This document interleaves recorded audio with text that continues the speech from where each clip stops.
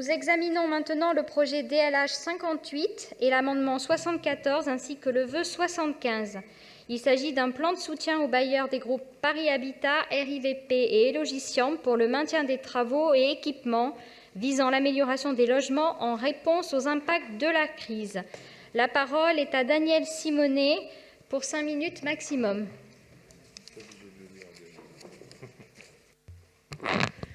Alors, on va commencer par la fable racontée par la DLH 58. Donc, quelle est la fable de la DLH 58 ? Elle est la suivante. Les bailleurs sociaux, Paris Habitat, RIVP, Elogissiam, dans lesquels la ville est majoritaire, sont confrontés à des difficultés liées à la crise sociale liée au Covid, puisqu'ils ont dû, ces bailleurs, mener tout un tas d'actions d'accompagnement des locataires en situation de fragilité. Il y a aussi les exonérations de loyer jusqu'à 6 mois pour les locaux d'activité, l'accompagnement des ménages en situation d'impayés de loyer, d'autres accompagnements individuels de différentes natures. Bon, on ne nous dit pas quelle est la somme que tout cela a coûté, mais donc ça a pesé sur les finances des bailleurs qui, je l'accorde, sont aussi contraints par les mesures gouvernementales sur les APL. Et donc, du coup, on est face à une situation de danger où les bailleurs risquent de reporter plus tard l'ensemble de leurs travaux, d'où la ville qui vient à la rescousse des bailleurs avec un plan de soutien de 50 millions d'euros, enfin 48 millions d'euros d'ici fin 2022. Bon. Mais quelle est maintenant vraiment la réalité de la situation ? D'abord, à chaque fois qu'on nous parle de réhabilitation, ne perdons pas de vue que les bailleurs ont une obligation, en tant que bailleurs, d'entretenir leur patrimoine. Et franchement, il y aurait un véritable audit à faire, au moins depuis 2001. Au moins depuis 2001, quel a été le bilan de l'entretien par ces 3 bailleurs de l'ensemble de leur patrimoine ? Parce que nous savons, et le sujet précédemment sur le quartier Plaine, que bon nombre d'habitats sociaux n'ont pas fait l'objet d'un entretien sérieux de la part des bailleurs. C'est le premier problème. Et on ne serait pas dans la même situation, même si on aurait tout de même à faire des travaux de réhabilitation thermique qui doivent à chaque fois prendre en compte à la fois l'hiver et l'été. Et je trouve que pour l'instant, on est surtout sur des plans de réhabilitation sur les problématiques thermiques d'hiver et pas assez sur l'été.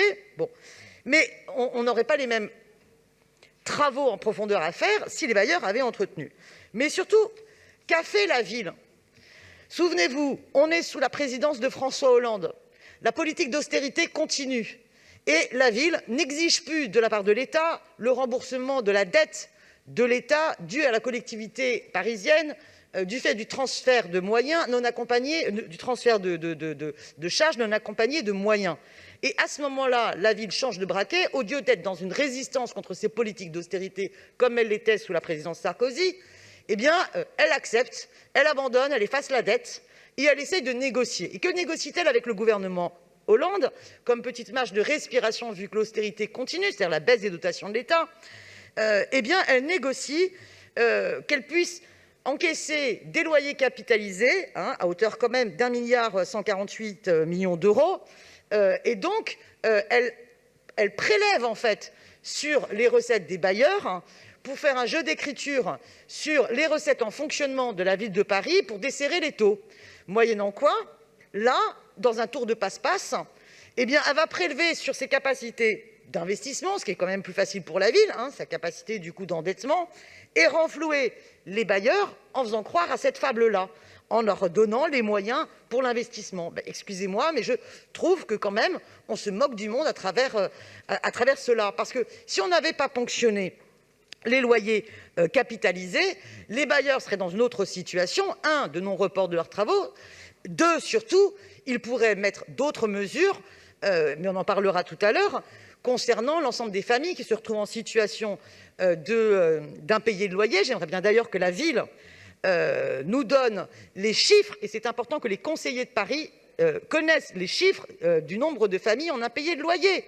Moi, on me dit qu'il y en aurait plus de 20 000 à Paris Habitat. C'est vrai ou c'est pas vrai? Combien il y en a à la RIVP? Combien il y en a à Elogissiam? Quelle est la situation de la crise sociale que subissent les familles? Parce que pour l'instant, ce que j'entends comme réponse, c'est simplement un étalement des dettes. Mais quand vous avez des familles qui n'ont plus aucun revenu, quand elles vont retrouver un revenu, ça va être quoi? Ça va être au mieux un SMIC.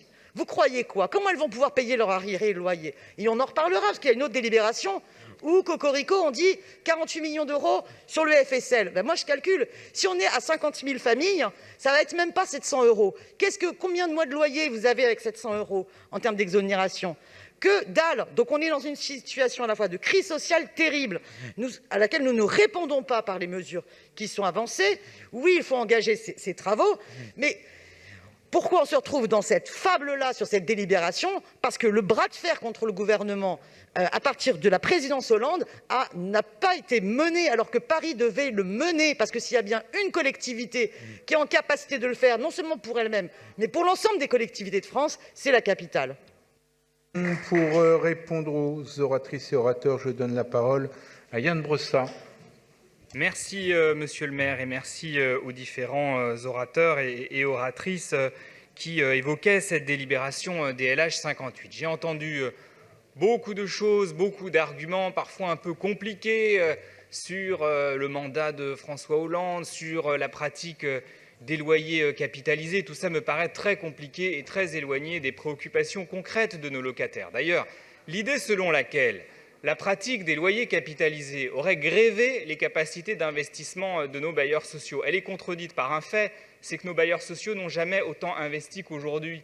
Donc si les loyers capitalisés, si cette pratique-là avait grévé leur capacité d'investissement, le niveau d'investissement des bailleurs aurait baissé. Or, ça n'est pas le cas, et tous ceux qui siègent au conseil d'administration de nos bailleurs peuvent le vérifier séance après séance, notamment à l'occasion du débat du budget de nos bailleurs. Donc, j'en reviens à la délibération et uniquement à la délibération. De quoi s'agit-il? De partir d'un constat, c'est que nos bailleurs sociaux, effectivement, dans cette période de crise économique et sociale que nous traversons, ont été amenés à faire des dépenses supplémentaires, notamment pour permettre aux locataires les plus fragiles, qu'il s'agisse de locataires individuels ou de commerces, de faire face à une situation sociale, économique compliquée. Et donc, nous ne voulons pas que cela se traduise par une dégradation de la situation de nos immeubles. Nous voulons donc soutenir nos bailleurs sociaux dans deux domaines.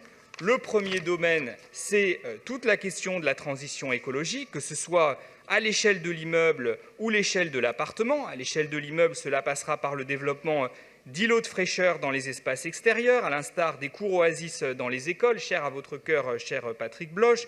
Et je souhaite que nous puissions également réduire la place de l'asphalte dans les extérieurs, développer des jardins de pleine terre, améliorer la gestion des eaux de pluie ou encore construire des espaces extérieurs ombragés. Je sais que les personnes âgées qui sont nombreuses dans nos résidences y sont sensibles et nous souhaitons le prendre en compte.